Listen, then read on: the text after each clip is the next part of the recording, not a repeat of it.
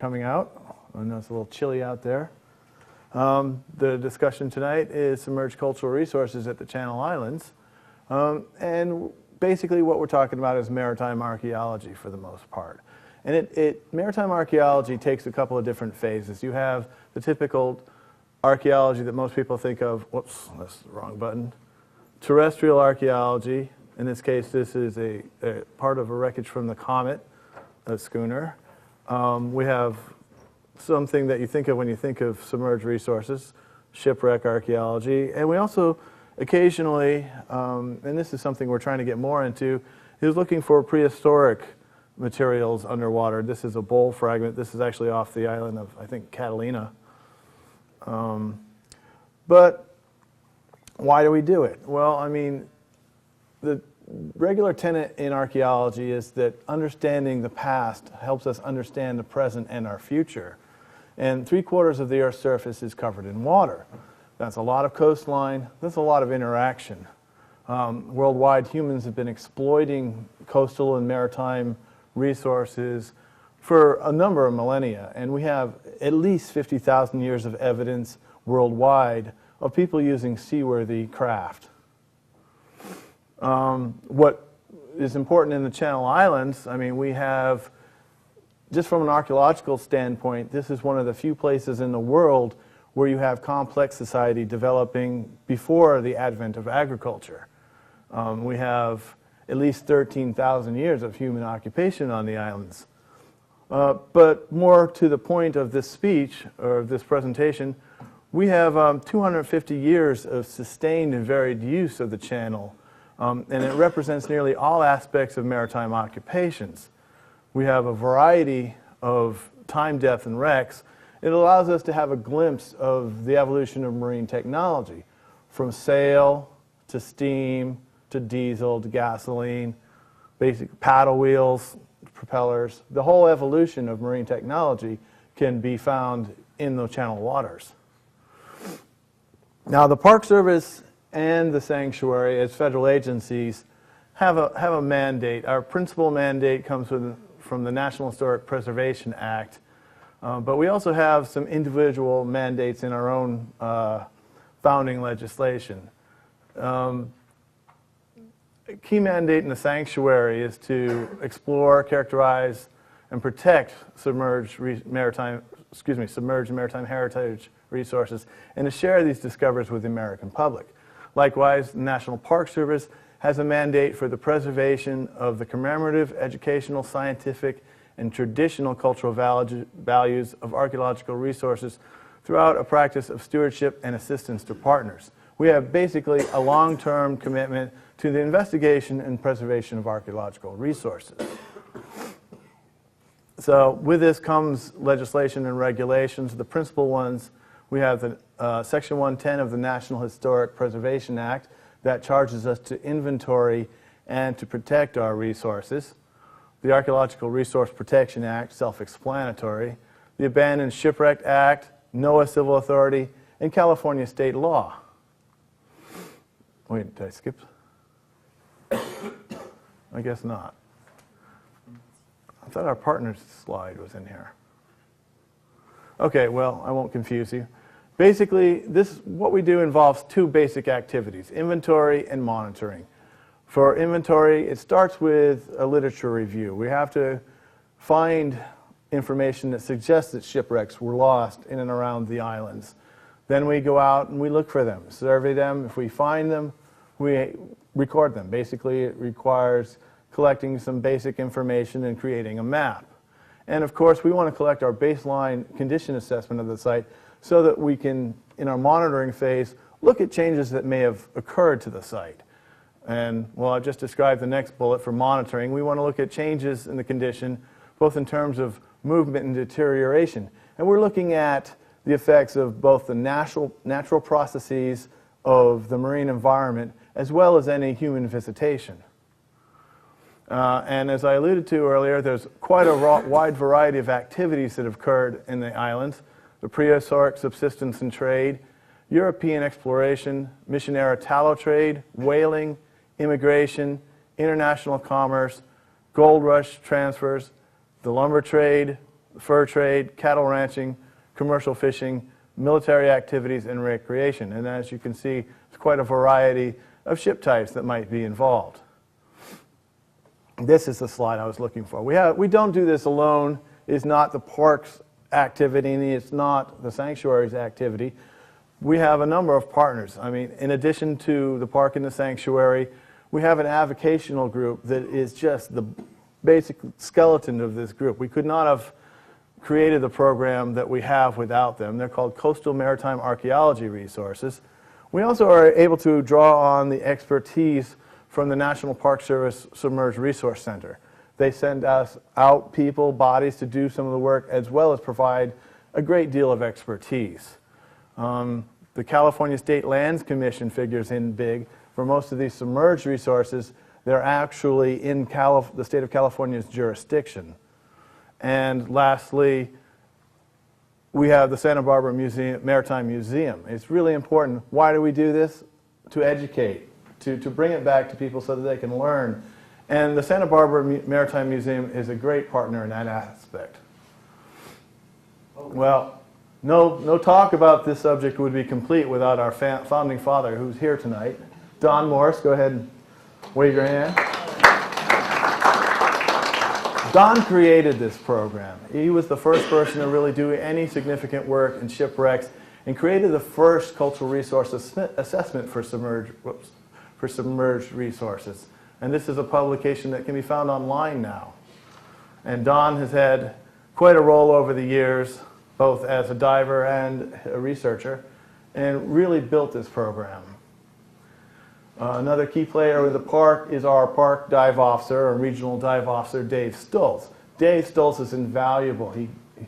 He provides a lot of training for our divers, a lot of expertise, a lot of help in that regard, a lot of help with our equipment, and he's never been afraid to jump in the water and actually help us taking measurements. Here's a picture of him. I'm really having problems with this clicker. Working on what we call the smart end of the tape. And as I was suggesting, we have an avocational group that provides us a lot of support. And they worked with Don in the early years and really built this program. Most noteworthy of that is Mark Norder, who's the president of Coastal Maritime Archaeology Resources. And he has been a driving force. And after Don retired, he pretty much picked up the ball and with Bob's help ran this program while there was nobody in the park to really aid it along. Mark is still part of our group. He is actually, unfortunately, up in Dutch Harbor, Alaska now, doing salvage work, but he still helps us out from time to time with map work. A couple other CMAR members of note, Pat Smith, who is he does a lot of things for us. He is our eyes in the field. The man is a rabid diver. He's almost every weekend, anytime he can get, he's in the water. He sees a lot of what's going on, but he also has a great affinity towards doing the historical research, the archival work that I spoke of earlier, and has provided us a lot of data on the shipwrecks, some of which will be discussed later tonight. He also has an uncanny rapport with a lot of the fishermen and boaters, and we often find wrecks because of conversations he's had with other boaters. Over on the right is Carol Lintu, who's been a member of CMAR for probably about 10 years now, and also an invaluable diver, very detail-oriented, and despite working for the Michigan legislature, still manages to come out here every year and help us out, usually on her own dime. And of course, Ian. Ian Williams, our ranger from San Miguel Island, is invaluable to our program. He's always thinking about it. Even when he's doing his work out on San Miguel, he's thinking, he's solving problems for us. We included this slide because he likes his pie. We always make sure we have plenty of pie on the island. But he's always thinking about ways we can get our work done efficiently. One of the problems that we have a number of wrecks that are in various stages of decay. The question is, how do you measure that decay? One case in point over here on the right, this is a plane wing. And we have been looking at it for a number of years, and we're wondering if it's starting to settle. Well, we decided we were looking at how do we measure that, and we're trying to figure out how to get a protractor down there. And well, we've got sand shifting on the bottom, so does that really work? And we couldn't come up with it until Ian showed up one day with this gadget that you see here. And what you don't see is on this white card here, there's basically a protractor, and then there's a plumb bob that hangs from it. So he just thought this up and created it, and now we have a way to take a measurement. I call this now the Williams clinometer. I think he should get a patent on it before too long. Okay. And we have a couple of boats that we work off of. This is one of our vessels, the RV Shearwater. It's a very fast boat, accommodates divers, has berthing compartments as well as a galley. It has this nice A-frame on the back. If we ever get funding, we could tow various instruments, side-scan sonars. But it's a fast boat, and it allows us to get to a lot of the places on the islands where we want to do work. We also have the park boat, the RV Sea Ranger 2. Another nice boat. It's not quite as fast, holds a couple more divers, but it's a good dive platform, and we get a lot of work done off of both of these vessels. Now, what do we do when we find a wreck? The first thing we have to do is create a map. I don't know if any of you have experience mapping terrestrial archaeological resources.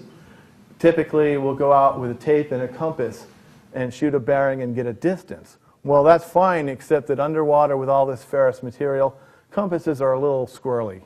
So we have to figure out a way to map these sites without using a compass. And we use a method called trilateration. Essentially what we do is we string a baseline, and it's arbitrarily set down so that we can get most of the wreck. And we string that with measurements along its axis.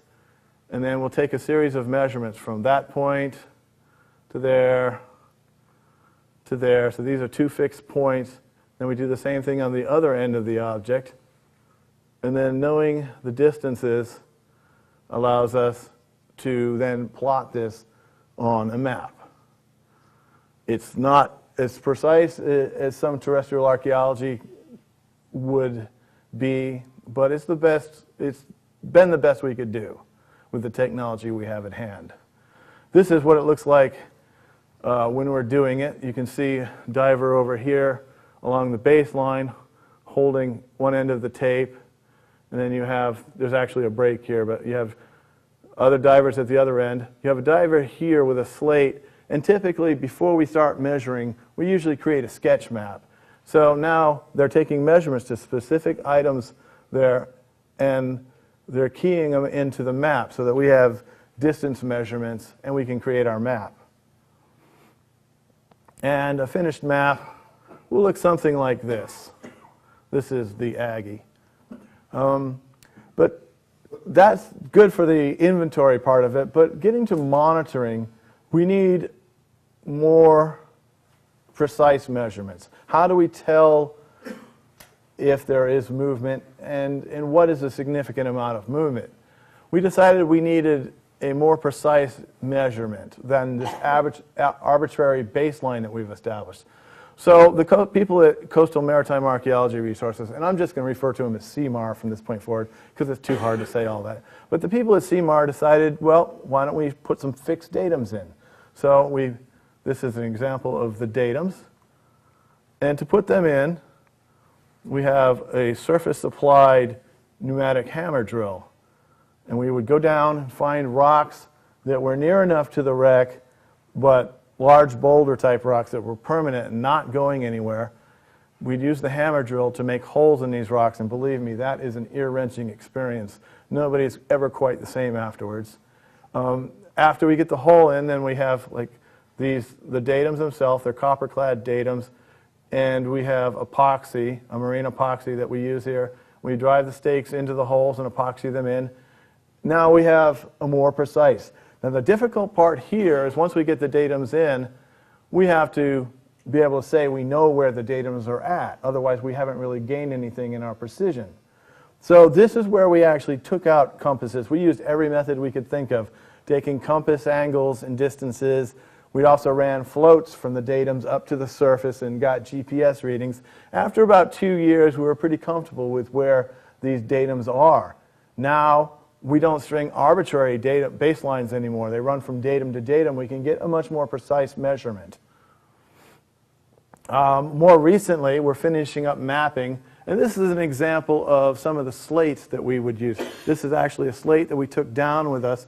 We're mapping this section of a keel on a shipwreck.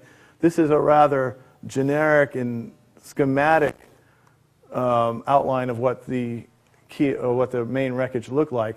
But we're getting more precise measurements here at each one of these locations that will eventually allow us to draw a more representative map of this section of the wreck. And of course, we do a lot of still and video photography recording shipwrecks. And here we are taking some still shots. These are mast frames sections from the Aggie. This is the cutwater of the Aggie, the bow of the ship, and this is a new thing that's available to us with the advent of digital photography. This is actually a photo mosaic. This is a number of shots that have been digitally stitched together. There's just really no way that you could get a shot of this piece of frame with this clarity given our water conditions. So that's a really remarkable tool that we have at our advantage. You can see here's another case where we have the mooring bits and a donkey boiler, and here's where they show up on our map. And this just allows us to ground truth our maps in a way that really hasn't been available to us until recently. And now you know how we do our archaeology. I'm going to turn it over to Bob Schwemmer, who's going to show you some of the research that we've gathered and some of the results. Well, welcome everybody.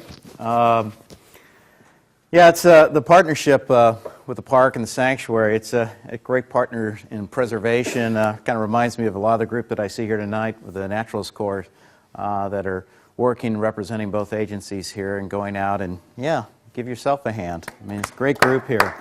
And volunteers, like we talked about, CMAR, that's been involved since 1993. I was actually a member of CMAR, a volunteer, long before I joined NOAA in '96.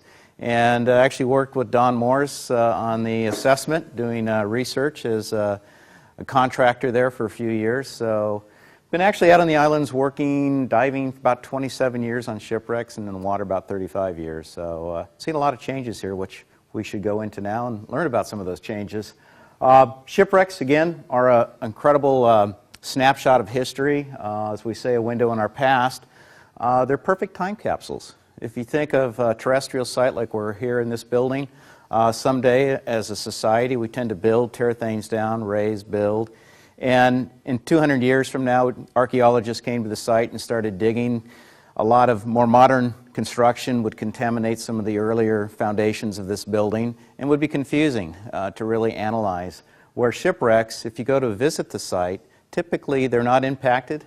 We're not building, sometimes we have shipwrecks on top of shipwrecks, but they're pretty isolated, and they give us really that opportunity to look at a particular time and place.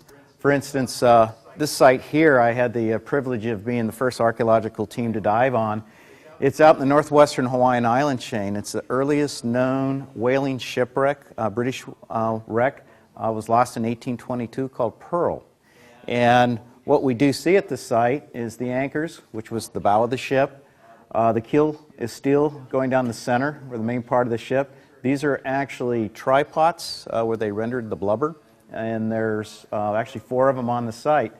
But nobody had ever been to that site since 1822. So we have this great snapshot of April 2nd, 1822. So that's why shipwrecks are really unique. And out here in the Channel Islands, we have hundreds of shipwrecks into modern times, and we have identified shipwrecks as 50 years and older, or would meet the criteria for the National Register of Historic Places as historic, and we have approximately 150 ship and aircraft wrecks in the islands. We've located between 25 and 30 sites to date, so we have a lot of work ahead of us. And what we learn from shipwrecks is they reflect, construction techniques of their time. Today, when we build our vessels, we use modern CAD drawings. We have lots of records with all the change orders. We have tons of records of my experience of building research vessels. But going back in the 19th century and earlier, we didn't have ship's plans. A lot of the work was done on lofting, actually working from what they call half models of designs, but they were not written down on paper. So to reconstruct some of these sites, we actually need to go down there. And as Kelly was showing you earlier, the one site, the Aggie, where we're going down there and working on the floor frames and actually mapping that, we're learning how the Aggie was built from the site investigation. Also, really important is the people that run these ships and serve, not only the crews on board, but also passengers. Recently, there was a discovery made in October of this year of a ceramic shard bowl near the Winfield Scott site. And we actually found the maker's mark and was able to date it and put it in context with the shipwreck site. So was something the passengers used on board, possibly a chamber pot. So again, we're learning about those societies that were on board these ships. So, your first quiz tonight. If you were to go from, whoa, wrong button. I'm going to learn this too. This is the one I want. From Point Mugu to Point Sal, the mainland, including the Channel Islands. Anybody have an idea of how many casualties have been reported? Not total losses, but incidents, and this is also including aircraft going down in the area of training. Throw a number out there. 400? Anyone else? 4,000? Not quite there. Anybody else? One more? Okay, 400. You're closest. Very good. See? Pay attention. There will be a test and some things to go along with it. Yeah, 700. Really amazing. And in the Channel Islands themselves, up into modern times, we're talking over 300. So why do these shipwrecks happen? Ships happen. Here's just a sample of some of the major shipwreck sites out here in the 5 islands. As you can see, San Miguel, Point Bennett area, quite a few casualties out there. We also have quite a few here in Kyler Harbor that have clustered over the years. And some of the other sites we're going to talk about, this is actually the Aggie, which is off Talcott Shoals from the earlier site map. We're going to talk about the Winfield Scott, Grumman Avenger that's off Anacapa here. We're going to talk about another aircraft here, and also the Golden Horn, and maybe even the Comet. So, as Kelly talked about earlier, we've had a lot of history here in the channel, which continues today. Military history. A lot of vessels were actually brought from San Francisco and tested down here for their speed trials because they found calm waters, and the contractors actually got bonuses the faster the ships went. So testing them in San Francisco didn't make a lot of sense. They used the Santa Barbara Channel. Great White Fleet was here. The Constitution also came through here. Ships of exploration, Cabrillo. There's a beautiful model, by the way, in the store over there if you get a chance to see it. First commercial fisheries out here, Chinese, believe it or not. Chinese junks built here in Santa Barbara, also up the coast in Monterey, in San Francisco. Yachting hasn't changed. The boats have changed a bit, but as you know, it continues today. Commercial fisheries, still pretty prevalent in the area. And cargo carriers. We're going to actually address a couple of 19th century ones, but today we're still transporting cargoes by sea. And I think there's probably, 30-some ships that go through the Santa Barbara Channel on average day here. So, and then island commerce. This is the Santa Cruz, which was actually built by in Benicia by Matthew Turner in 1893, and was lost in 1960 at Prisoners Harbor in Santa Cruz Island, longest continuous running island commerce vessel. And why do shipwrecks happen? Anybody have an idea what the leading cause of shipwrecks out here? Who said fog? Good. Wow. She's good. First one, first answer. You're absolutely right.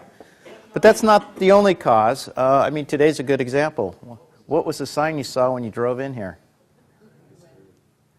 Yeah, weather, waves, swell.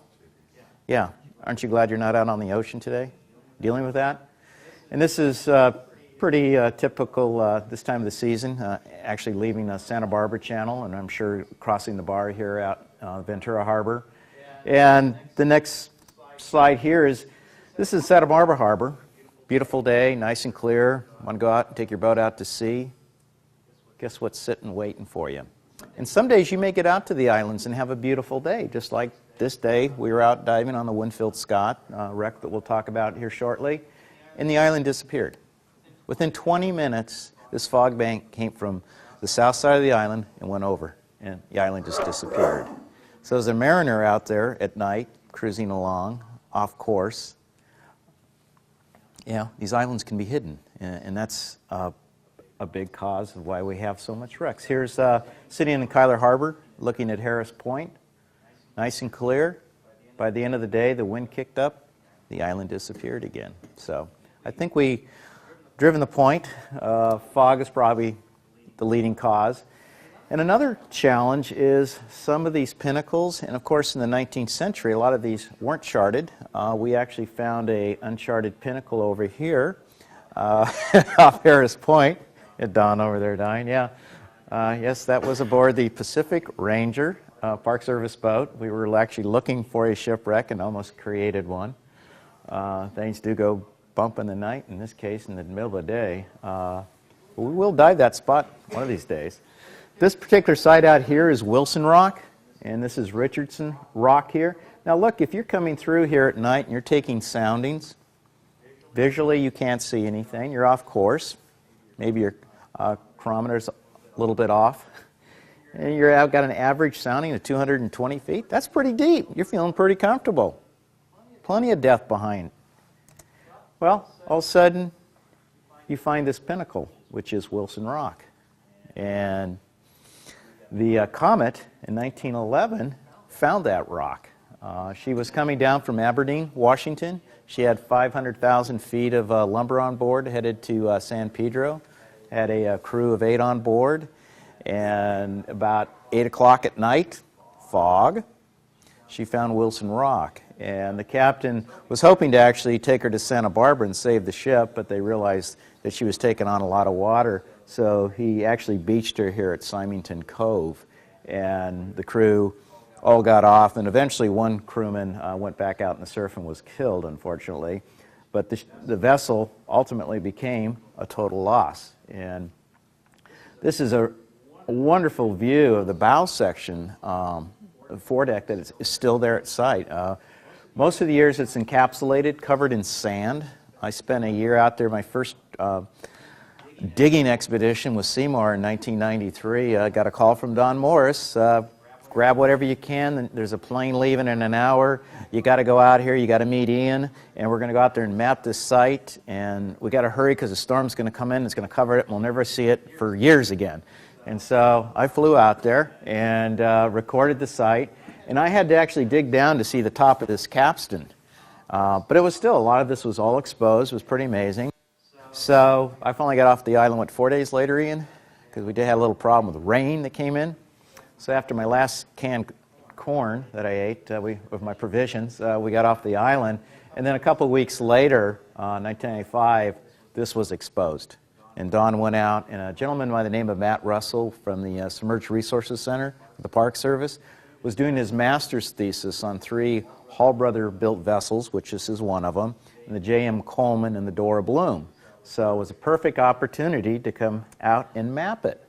And here is the site. Again, this is what we're doing underwater, but this is a version of a terrestrial site. And this is an interesting site that one day it's in the sanctuary. It's always in the park, and another day it's not in the sanctuary, depending on mean high tide. So we'll still go out there and support it. Again, it's a partnership and preservation and collaboration. So great site map that was created, and it's all covered up again. And it's been covered ever since, Ian? Yeah. Which is probably the best preservation that could get to be encapsulated in that sand. Passenger travel. 19th century, a lot of ships going through the area during the California Gold Rush. Into the 20th century, early part, we had passenger service, especially running coastal, LA, San Diego, San Francisco, and of course up into Washington and Oregon. And today we have the modern cruise ships, which are floating condominiums, but nevertheless, we still have a lot of passenger travel, even probably more than we had in the past.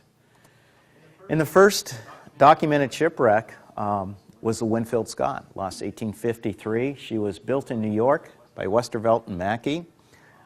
She was 225 feet long. She was originally designed and built for the Panama route, which runs between San Francisco and Panama during the gold rush. But Davis Brooks and Company actually put her as a packet ship running between New Orleans and New York for a while, and became the New Orleans route. So they actually became another company that was transferred into the New York and San Francisco steamship line, which they decided to bring her out here in the Pacific. And this is, I think, her New York, San Francisco. So this is a lithograph for an advertisement for that company. And this is another lithograph that we have, the only two of the Winfield Scott, and this is leaving New York to around Cape Horn and come out to California. So she departed in January of 1852 and made various stops along the way. Would have been easier if they'd put a canal right here, but took the long way around and arrived in April of 1852. She was advertised as a double-engine steamer, quite popular. She connected in Panama with the United States, which was another sidewheel steamer, and that would connect back to New York, so that completed the circuit. So the company actually changed again and became the New York and California Steamship Company, and they were around till 1853. They dissolved, and she was sold to the Pacific Mail Steamship Company, and that was her last owner. And you can see that these steamers actually provided a great deal of intelligence. They moved a lot of mail, gold species, and again, it was a big event when one of the steamers came to town, and if you look at the newspapers, it'd be called Steamer Day, and they would get intelligence of what's going on in other parts of the United States or the world by these newspapers. This is the California, or the Alta California, and you can see right across the top, one of these two steamers would bring this newspaper to town with that intelligence. So you would see that actually in the newspaper. You would read about all the information or other ships they saw and where they were located. And so this was the early internet via sidewheel steamer. So 1853, December 1st, she leaves San Francisco, heading to Panama, her normal run.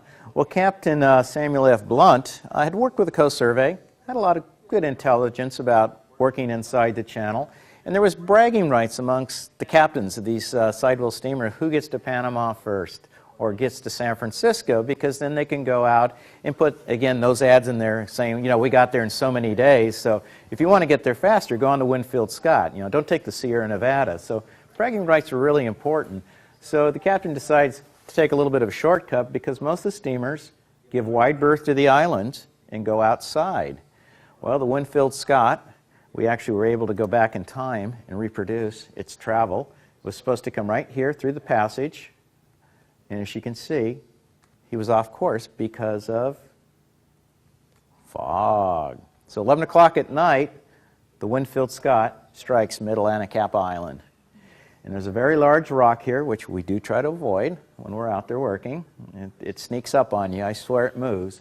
The ship went over the rock, and the Captain Blunt's, gave orders to back out, and the rudder hit the rock and disabled its steering. So Winfield Scott was going nowhere. On board, she had crew and passengers numbering over 500. Although the vessel was built to carry steerage and, oh, beautiful sight going by. Speaking of boats, she was built for about 300, but ultimately carried 400 to 500, which is very typical on the Pacific side. And a lot of confusion. It's foggy, breakers all around, and the captain decided to get everybody off the ship before it sinks. And the first point we believe they landed on is this small outcrop here, which is on the north side of Mid-Atlantic Kappa. And can you imagine 500 people trying to crawl up on this for the night? How terrified and cold. This is in December. You know what December's like? Even though it was seasonably warmer than what we're experiencing now, but it's still not a place I'd want to be. And they ultimately, we believe, located, it's the only suitable beach area that you're going to put that many people, set up camp here, which is now known as Frenchie's Cove. And just for information, I'm going to talk about another shipwreck at the end called the Del Rio, and she sits right here, which you guys can go snorkel. So the passengers flagged down the Pacific Mail Steamship Company, California, which was on her northbound run, with a full complement of passengers. Therefore, she couldn't take on these passengers. But she was able to take on a few women and children in the gold cargo. So that left the island and went north. But the captain promised that he'd come back well provisioned and pick up all the passengers and continue their voyage down through Panama, of course with a lot less luggage, because some of it was still in the hulls of the ship where the crew stayed behind to work on. And she did return. So what we're seeing at the site today is remnants of mostly the machinery. There was a bit of wood, outer hull planking, and I'll show you that in a second. But a lot of what we're seeing is this side lever engine. This is a side lever. If you guys know what a ship with a walking beam is, if you took a side lever and just flipped it upside down, same thing, same idea. She, again, I said, it was advertised as a double engine instead of a single engine. And you get components of what we're going to see underwater is the support of the shaft, paddle wheel shaft, side lever. This is the piston cylinder, and this is the piston rod going up and down here, and they're all connected with the linkage. So the piston stroke was 8 feet. Diameter of the piston, 66 inches across. And give you an idea, there's a piston. Look at the height of that, 9'6". This was actually salvaged by the wrecker San Pedro in 1894. They went in there and actually dynamited the site to get chunks that they could handle and recover. Part of what we think may have been some of the that shard that we talked about that may have been pulled off site. It was very close to the site but not on it. And even though there was a lot of dynamiting and also salvage into World War II for the brass, non-ferrous metals, we still have remnants of the machinery that I talked about. And this is the port, paddle wheel shaft. These are the flanges, and from these flanges, you could see the support bracing that would go out, and the buckets would be out here. So we have the port on, and you can actually see what's left remnants of the bracing. And this is also some of the bracing here. This is one of our divers from NOAA, Matt Davis, which is our vessel ops officer, and he also supports our dive program. It comes out. Earlier, and I showed you this shot here, the support for the shaft. This is the saddle that it sits in. This is probably about 14 feet tall, pretty massive piece of iron. And a lot of other iron, miscellaneous pieces we haven't been able to identify. Remember we talked about the piston cylinder base, 66 inches across, dimensions matched. And this is actually one being cast in 1850, the process. We talked about the side lever piece, and here is half a side lever still on site. Now this is something that was recorded. This is actually the garboard straight, which is kind of sisters up to the center part, the keel of the ship. And then we talked about, again, the outer planking that was visible on the site, which is just below the diver here, and the garboard straight is coming out here. Now look how much wood that we have left in 2000. And these are ferrous drift bolts. They're basically big bolts. They used to be about 4 feet tall, and unfortunately in 1987, divers went in here doing a little bit of souvenir hunting and cut them off. Now look at 2007, just 7 years later, and this is part of what we're doing, the monitoring, because these are non-renewable resources that we're looking at. And they're not going to last forever, but we're trying to protect and record what's there before it disappears, so we can share that with future generation and scientists and people that still want to visit the site and know what we saw in our day. And this is actually that garboard strait. These are those non-ferrous drift bolts. And as you can see, they're detaching now, because this is a normal degradation of the hull in a saltwater environment, Teredo worms eating. It's not, it's caused by surge. It's in a shallow water environment. And here's another shot in '07, and then 2008. Here we are, 2009. October, November, we did 2 expeditions that included going to the Winfield Scott this year, one on the Shearwater and one on the Sea Ranger 2. As you can see, the outer hull is gone in 9 years. Amazing, Don? Isn't it? And a lot of that was on this outer hull, unfortunately. We had relic hunters down there that took a piece of the hull and lifted it up, looking underneath for whatever they were looking for, and just left it up, and we went down there and rescued the piece and put it back. But that accelerated the degradation of that hull. I mean, eventually it was going to disappear, but just by, these divers not having the right dive protocols to protect the site and be stewards themselves, they were out for their self-gain and actually kind of destroyed the site for future generations. And it's a shame. And this is all that remains of the copper sheathing that was used to protect. There was an outer barrier on the hull of the ship to prevent Teredo worms from penetrating the hull. And the little nails are still there. And the starboard strait that was here, it's gone. So things change, and that's why it's important we continue to be out there. We've been actually to this site 5 times in 2009. So pretty aggressive program. And this is just kind of an interesting, when I started diving the site 27 years ago, had a lot of seagrass, a lot of kelp, and then we went through, about a 10-year period. The kelp all disappeared, which we as archaeologists and historians love, because when the bioclutter clears out, we can really map the place really nicely. And it was very opportunistic for us. But in the last 2 years, the kelp has returned to the site, which is actually good for the marine environment. And it's photogenic, too. But as you can see, just look at the difference. Clear, no kelp, and all this kelp is returned. So those are things that we note. And for you that aren't going to be able to get out to the Winfield Scott site and dive it, we have a couple different options for you. You can go up to Santa Barbara. Captain Horatio Gates Trussell decided he was going to take advantage of this floating hardware store that wrecked over at Anacapa Island in 1854. So he went over there and got some of the lumber, some of the copper sheeting, and built this beautiful home for his bride. And you can see some of the wood flooring is still there, and the copper threshold made from the copper sheathing. And then the Santa Barbara Maritime Museums, we talked as a partner in doing exhibits, which hopefully we can do the same here with Ventura County Museum when they get up with their new place. But this is the Shearwater. This is an underwater diorama of the Winfield Scott site. And we actually are just finished shooting and editing high-definition video. So you can visit the site and take a tour with the divers. There's lights that light up the different artifacts that we just talked about.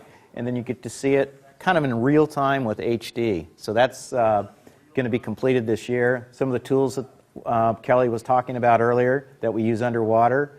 This is a ceramic spittoon that came up off the site back before it was a sanctuary and park and donated. And we'll also have that new shard piece. It's going through conservation at Chico University right now. What's the depth of the wreck? 20 feet on average, but it goes shallower as you go in, closer to shore. But on average, if you're 20 feet. So we talked about in our advertisement a lecture of this mystery Grumman Avenger torpedo bomber off Middle Anacapa. And it's been known about for a lot of years. I was on a trip up in the Olympic Coast National Marine Sanctuary with CMAR member Pat Smith, where we ran into Professor Fox that knew about this wreck, had actually dove it.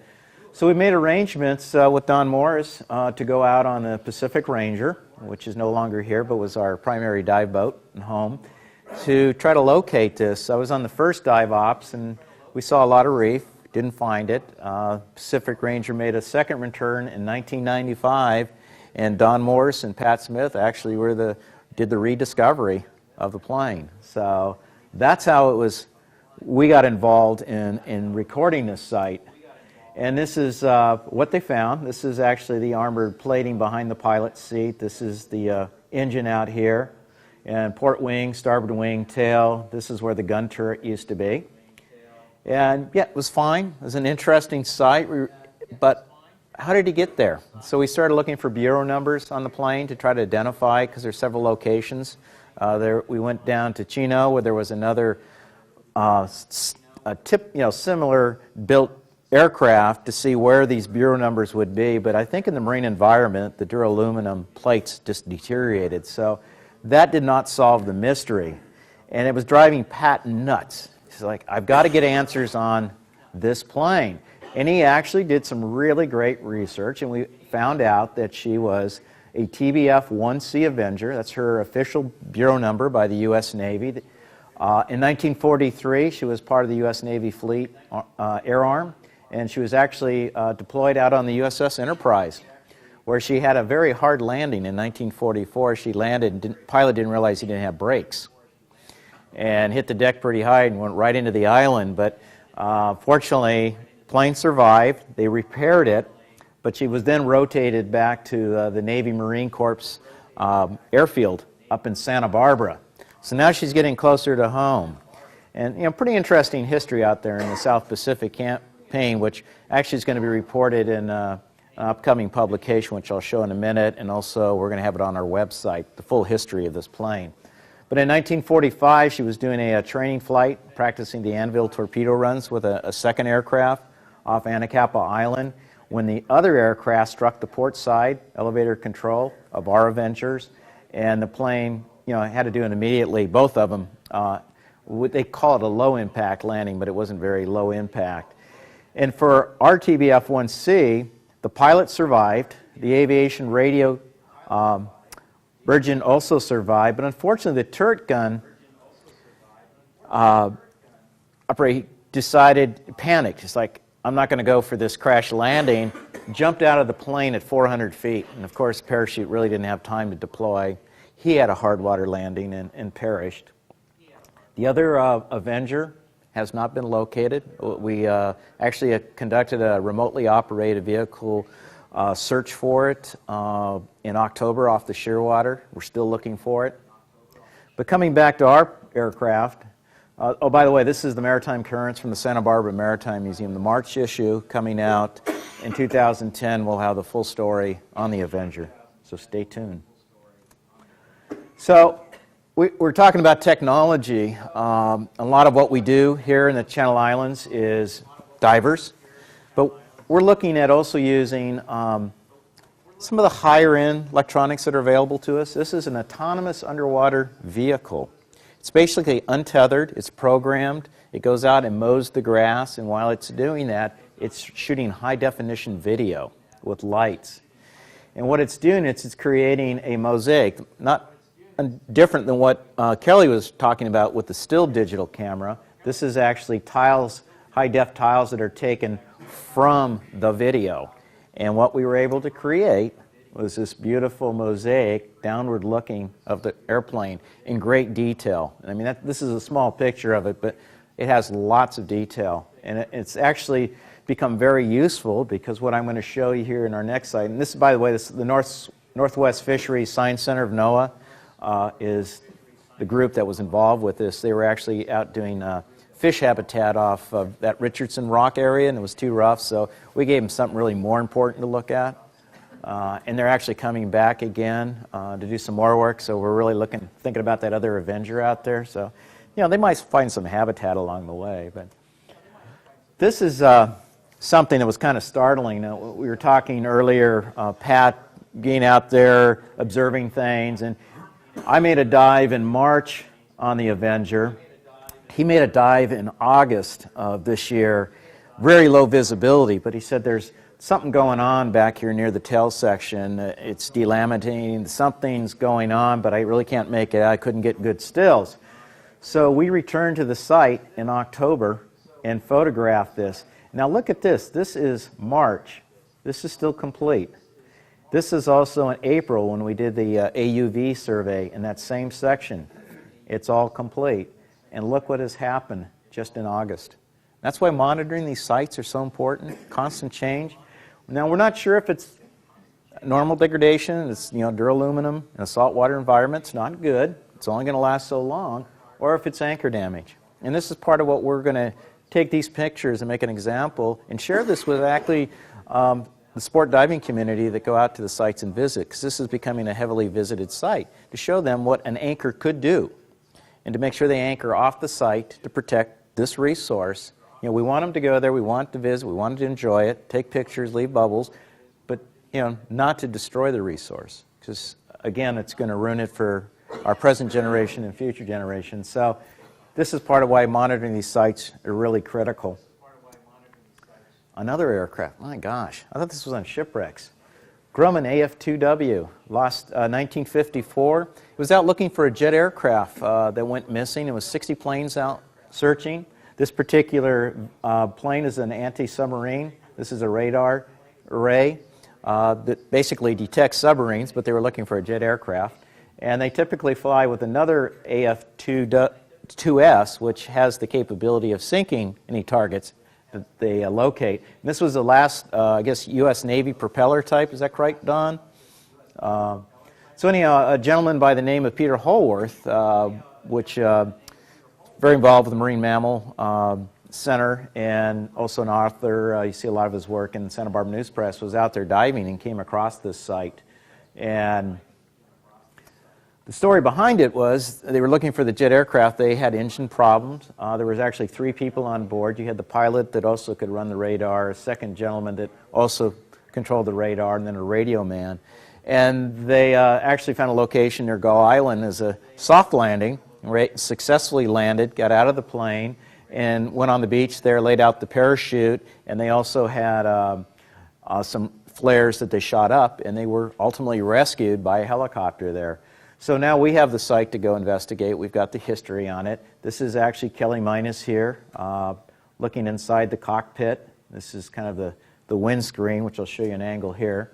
So this is the control column, or we call the stick, and pilots, seating area, instrumentation, our gauges are gone, and this is that windscreen that's still there. Of course, has a lot of that bio-clutter on it, but there's still some there that can be seen. And here, we were talking earlier with, Kelly was talking about doing the angle. This is actually Ian. What is it called again? What's the official name? Okay. That'll be in the patent, right? So this is that starboard wing that's coming out. So Ian, have you seen any change in, 2 years that you've measured it now? It may be a little different this year. Okay.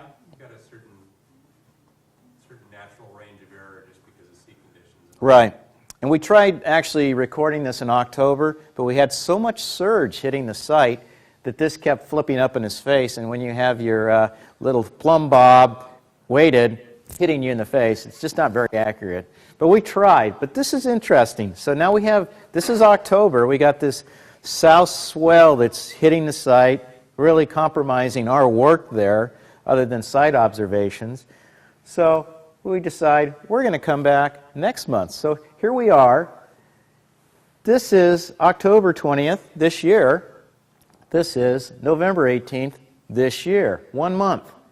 Look at all the growth. Look at all the sediment buildup, which has been like this as long as I've been diving the site. And when we return 1 month later, this is the nose piece right here of the propeller. Look how all this scoured out, the difference. And we were amazed. And also, this was another observation. In October, look at all the marine growth on the propeller blades, and look what we found. And I have never seen it that clear of marine growth. Don, do you ever remember seeing that in the early days? That clean? Nowhere near the Yeah. And that was in 1 month. But over a course of a lot of years, we haven't seen any change. And then over 30 days. So that's why continuing monitoring is critical. So we talked about the infamous Barbie. Is it a rum runner? take you down there. You guys got your Dramamine? This is a site that was dove back in the late 60s, early 70s. It was rumored as a rum runner because they did find bottles on the site. They're no longer there. They were actually melted down, which would indicate that this vessel probably was burnt. We have been to the site a few times now. Actually, Pat got the coordinates on the old bar napkin in a bar in Santa Barbara, which allowed us to go there and find it. It's in 110 to 140 feet of water. It's the debris field is about 76 feet long, and historically, what was recovered prior to the sanctuary and park was 6 octagon portholes, the bottles that we mentioned, a steering wheel, and then it was rumored that a plate came up off the site, was the builder's plate, and the name Barbie was on it. So that's why it's been nicknamed the Barbie. Well, research has not revealed anything from the 20s Prohibition period as the Barbie, or even in the 30s and 40s. So that's a mystery. And then I talked to the son of the gentleman that recovered this, Jack McKinney, cinematographer, actually did the Andrea Doria in the first exploration. He indicated that it was the Westerly built in Tacoma, Washington, a Western boat building, but nothing's turned up that. What we have here, what you're looking at in this video, is a 3-cylinder massive diesel engine. It stands up 9 feet off the bottom. And these are actually the exhaust cylinder manifold coming off of it. And this is over 130 feet of water. So we only get about 8 minutes bottom time there. So the mystery is still out there on the Barbie. It has not been solved like the Avenger, but I wanted to take you guys on a little bit of a dive. You don't have to do any decompression or safety stops, so you're okay here. But anyhow, that's a close-up of this massive 3-cylinder. So if you guys want to go out and do a little research and help us out, this is great because this is a partnership, right? Community too. We'll move on before we all get seasick here. Just going to show you the flywheel we're coming up to. What do you think, Don? Got it figured out? That's really great. This, you know, we'd heard about the Barbie for years. It was somewhere there on the south side. Right. This is really cool.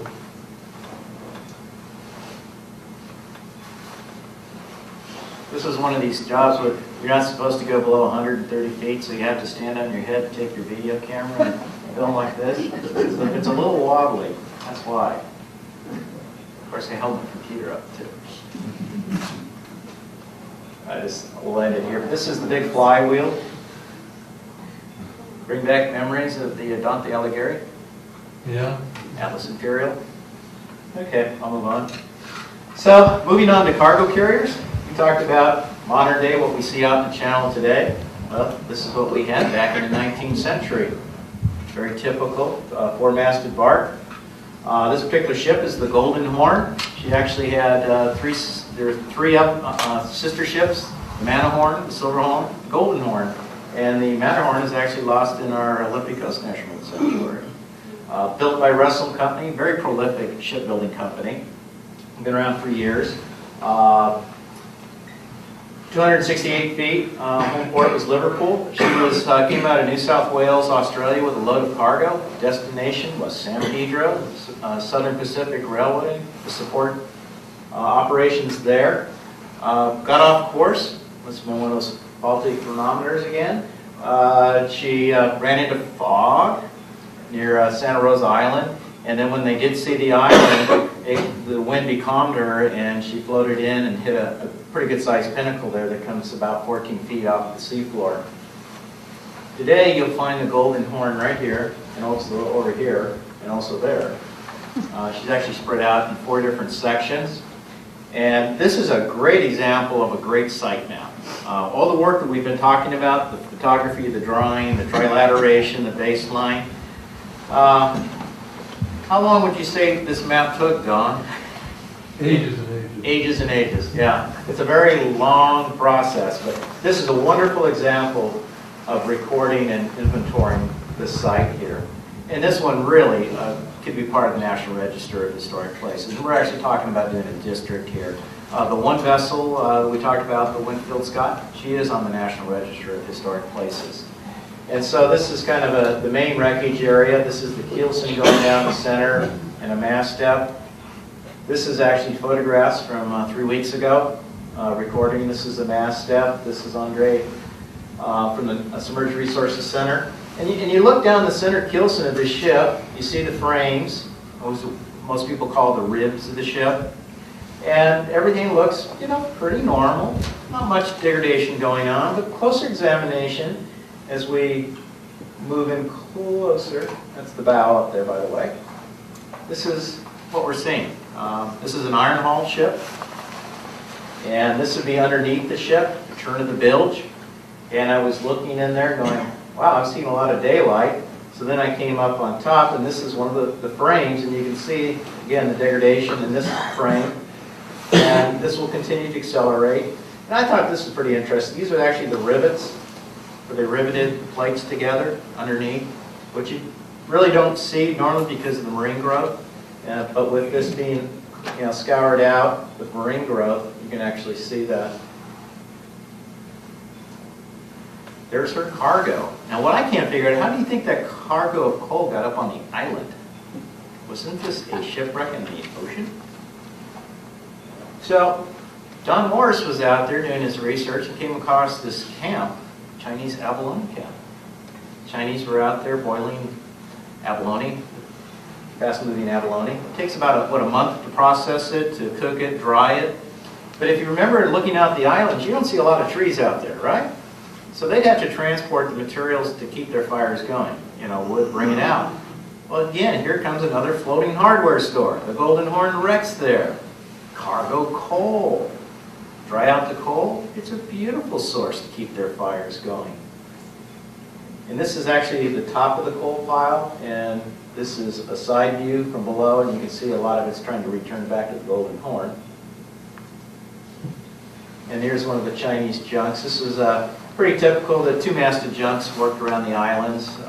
You'd find single-masted junks would be like in San Francisco, involved in the shrimp fisheries. And these are the hatch covers. You see the ring there? So those were salvaged from the ship too. So again, commerce is supporting another commerce. So it's kind of was an interesting find. And then here, this is interesting. Pacific Mail Steamship Company. Where'd that name? You guys remember that name from some other ship? What was the other ship? Okay, good answer. Somebody. What year did that wreck? 1853. Oh man, I've heard two answers. You guys pass back to whoever answered those right. Very good. You guys are listening. Okay, 47 years later, Winfield Scott, it's built 1850. 47 years.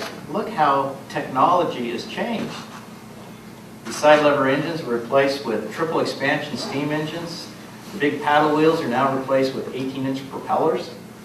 I mean, this ship was probably ahead of its time, built in 1897, but it's 47 years. It's like the technology of the plane and cars. Built as Koblenz in Hamburg, Germany, 1897. Lom and Voss, very famous shipyard, still around today, I believe. Also built submarines. Built originally cargo, passenger carrier, and did small mail runs for Norddeutscher Lloyd of Bremen.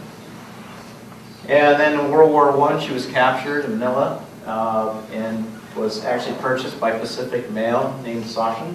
And this is kind of the accommodations. On her last cruise, she had a crew of 71 and passengers of 41. So pretty heavy on the cargo side. So passengers were just something that they'd make some extra money with. And a small for the line for the time when she was working here in 1923. And we actually went back in time and captured her going through the canal there. She'd make her runs from San Francisco and out to Cuba. She also made, in the documentation we found on her records, she also made runs to Hawaii and Baltimore. Up the East Coast, but the regular run typically was between Cuba and San Francisco. And here she is coming through the San Miguel Canal. She left in August 1923, headed to San Francisco, 41 passengers, 71 crew, made some brief stops in Mexico, Mazatlan, and started entering the Santa Barbara Channel on September 8th, 1923, and radio was down. And so the captain all said, put the second mate in charge, says, you're in charge of the Cuba, you know, this is my orders, I'm leaving the standing orders. If the visibility drops less than 5 or 6 miles, wake me. But no later than 3 a.m. because I want to take soundings, standing orders. Well, at 4 a.m., the first officer goes on the bridge. So he goes and gets the captain. Radioman recalls seeing the captain running up, and he's just got his shoes merely slipped on. He's got his suspenders hanging down, and he's just madder than hell. And he says, you know, it's 4, turn to port. Well, they turned to port, which was a left turn, and they found Point Bennett, San Miguel Island. So the Cuba wrecked. Had a real, you see the list to port here? That became a problem in launching the lifeboats on the starboard side. So they had to slide them across the ship here and actually use the davits to lower them. They actually put 5 lifeboats in. The captain and 8 of the crew stayed on board to protect the very valuable silver bullion and coffee. Now today the coffee would be worth more than the bullion because I bought some coffee at Starbucks earlier, so I know. But so the 5 lifeboats leave the ship. 2 of them land on San Miguel Island, and 1 goes out to sea, and then this 4-stack destroyer, USS Reno, is doing this high-speed run from San Francisco to San Diego and encounters this lifeboat. And people waving, you know, flagging them down. And, of course, the Reno was smart enough, less than a half-mile visibility, followed the rule and slowed down, but couldn't figure out why they were paddling out to sea. Wouldn't you want to take your lifeboat and go to the mainland? Guess who was in charge of lifeboat number 2? Second officer, yeah. He was held responsible ultimately for the loss of the Cuba. So Reno wasn't alone. She was part of a flotilla of 14 4-stack destroyers that were doing this high-speed run down the coast. She was ahead and was able to actually run all of her turbines. And they were moving along at, 20-some knots, which is pretty good, and made a turn, they thought, into the Santa Barbara Channel, which is nice and smooth, and keep that high-speed run. But they went a little short, and they thought they ran into San Miguel Island, you know, overshot. But then they heard a train whistle, and that, like, no, still no trains on the island, right, Ian? Well, here's 7 destroyers. 10 minutes, over $3 million, 23 lives lost in 10 minutes. Navy's worst peacetime disaster. Actually, 9 hit. 2 were able to get off. The lead ship is right here, the Delphi, and then you've got the Young, highest loss of life, the Chauncey, the Woodbury, this is the Fuller, Woodbury, S.P. Lee, Nicholas. Yeah.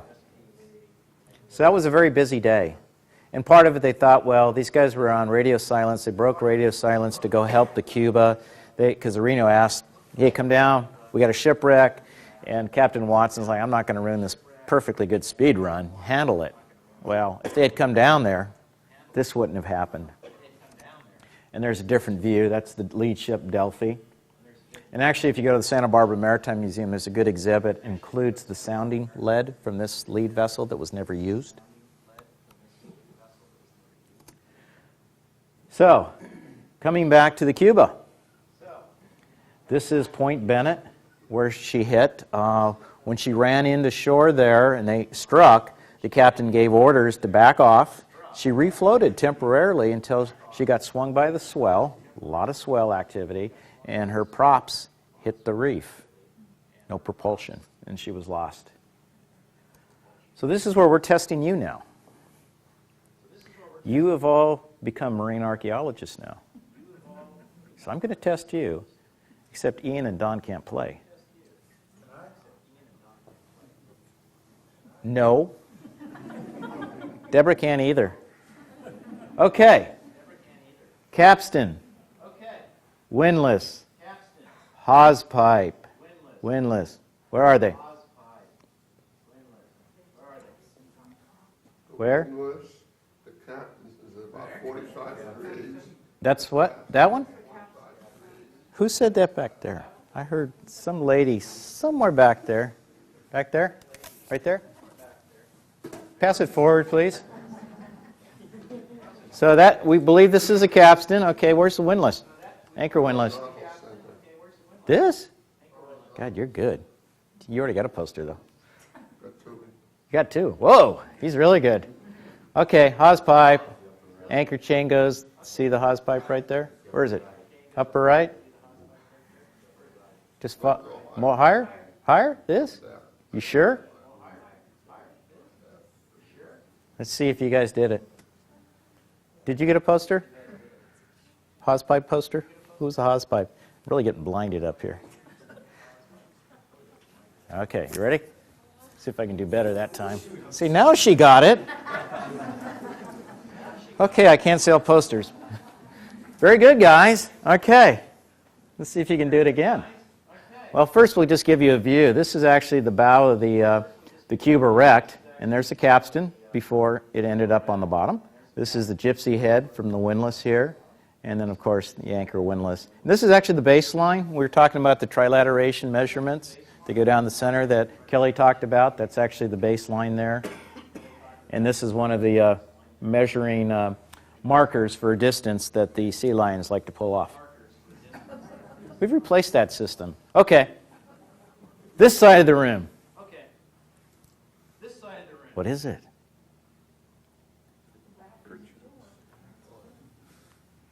What was that? What did you say? Urchins. Urchins. Okay. Yeah, there's urchins. Okay, I'm on this side. Come on this side. Inside of the cabin, ceramic. Ceramic? Are you serious? On a shipwreck? You sure? Why would they have ceramic? Oh, you're right. God, you know more than I do about that. You're right up in the bow section. Okay. What is that? It's a diver, I know. Mooring bits. Oh, man.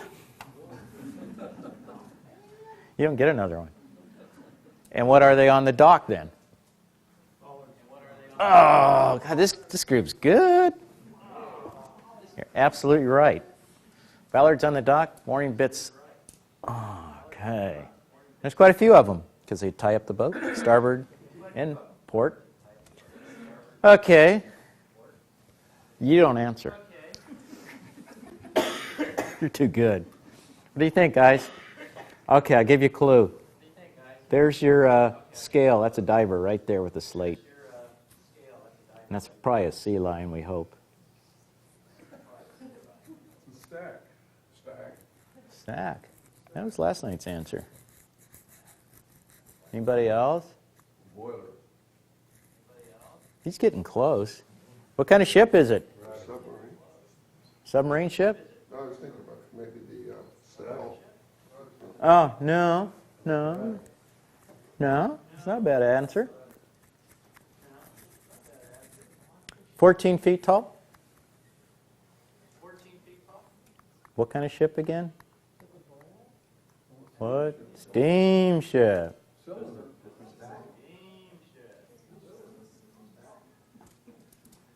Come on, come on. No? It's not the piston, but it's associated with the piston.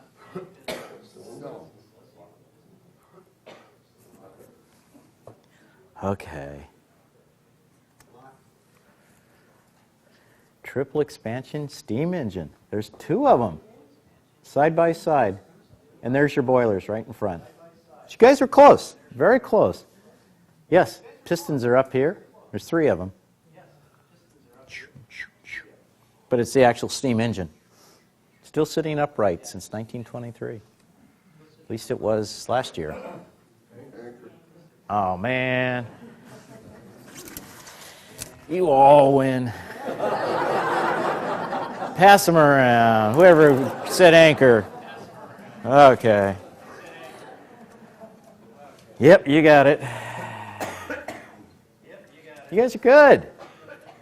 You listened. Keep you awake. Okay, you want to learn more about the Cuba for you that aren't going to go out there and dive it, which actually it's infrequent that we actually get to dive it. There's a beautiful underwater diorama of the shipwreck site. Also a model of the Cuba pre-loss, and you can actually select buttons that highlight the artifacts underwater and also on ship pre-sinking.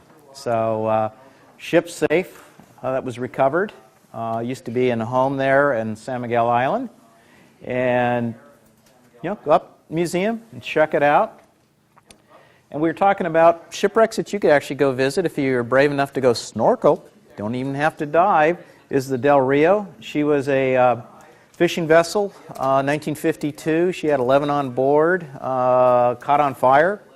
The Sea Ranger, not Park Service Sea Ranger, another fishing vessel, came and rescued the crew, also took on the cargo of sardines. And she burned, and the Coast Guard stayed on station and actually, to make sure she wasn't a menace to navigation, watched her actually float into Frenchie's Cove.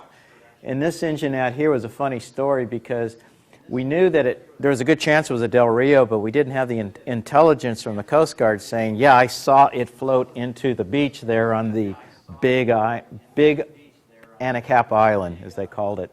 And so I was down in the archives working for Don, and I go, Don, Del Rio went ashore. We got, proof, the Coast Guard. Hey, and I found the information on the six-cylinder diesel, and the cylinder, engine sizes are blah, blah, blah, and the phone dropped. And we never heard from Don again because he jumped on the next boat and went out there and measured them. I was like, yes! Since then, we have, I interviewed the owner, and the son of the owner, when she became, she was taken into service, World War II, was a net tender in San Francisco. Navy took her, and then came back to the same owner. Well, his son is actually writing a story about the commercial fishery in the ship, and it'll be featured on the Sanctuary website. So that's coming out this year as well. So anyhow, this is a site this is a very low minus tide, which is actually happening this month, but you can actually see how exposed. And you can go down there. This is actually Ian down there, refrigeration. Or I think he's looking at an octopus, wasn't it? Yeah, we know the true story.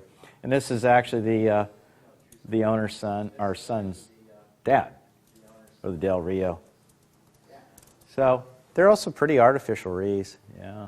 This is actually a minesweeper called the Spirit of America, a little scorpion. And this is the gun mount support there.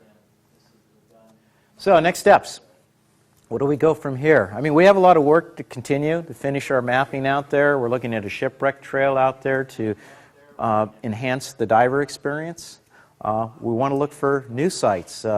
Don's been on my butt to find shipwrecks from the Mexican period and earlier, so we're thinking about how we can deploy side-scan sonar. This is a survey I did using a side scan for an airship called the USS Macon off Point Sur. And we were working in 1,600 feet of water, and it's amazing what you can get. And this is an example of two, their coal carriers lost in our Stillwagon National Marine Sanctuary. They collided, and they went down side by side. And even before they went down to investigate, they knew which ship was which, because you can all the detail in each of the cargo holds. Because one was the four-masted, one was the three-masted. This is the four-masted, and they knew how many cargo holds it had. So amazing technology. Also submersible. For some of the deeper dives, we can go down in a manned submersible. I've used this on shipwreck I'm working on up off of Hearst Castle, which you're going to learn more about in the upcoming news. We have a news conference on it next month. But we've looked for, actually, Wilson Rock. We've used this to go out and look around there for reported wreckage. Didn't find any. And remotely operated vehicles. This is a Tiburon, which again I used in about 1,600 feet of water, looking at shipwrecks that we can't go down and swim, and we have the potential out here to have deep water sites off the islands. So this is an example. This is a wing of an airplane. Yeah, another sunken airplane. It's been down, it'll be 75 years next month. And this is this port wing, and you can see the Navy Star, the fabric, still on it. 1,600 feet of water, and this is using an ROV. And this is a new technology that's never been done before. We got a rocket scientist from Stanford University that was doing an outer space navigation system, and he didn't get any shuttle time, so we employed it for underwater, and this is the first time, again, it's been used. And so it's like coming into this room with this laser pointer trying to light up things. You only see parts of this room. It's no different than being in a deep water environment where it's pitch dark down there. We go down there and we mosaic using high definition video, and these are all tile stills taken off the video. Matter of fact, 14,000 of them. And there are 4 aircraft, Sparrowhawk aircraft, that were associated with this flying aircraft carrier as a dirigible. And this is one of her Maybach engines. So this will all be seen together. So again, it's a distribution of artifacts, not unlike what we're doing underwater here, drawing them out. This is a visual survey at deep water where we can't send the divers to do it. So we're hoping in the future, these are some of the tools that we're going to use out here at Channel Islands. And that's it. Whoa!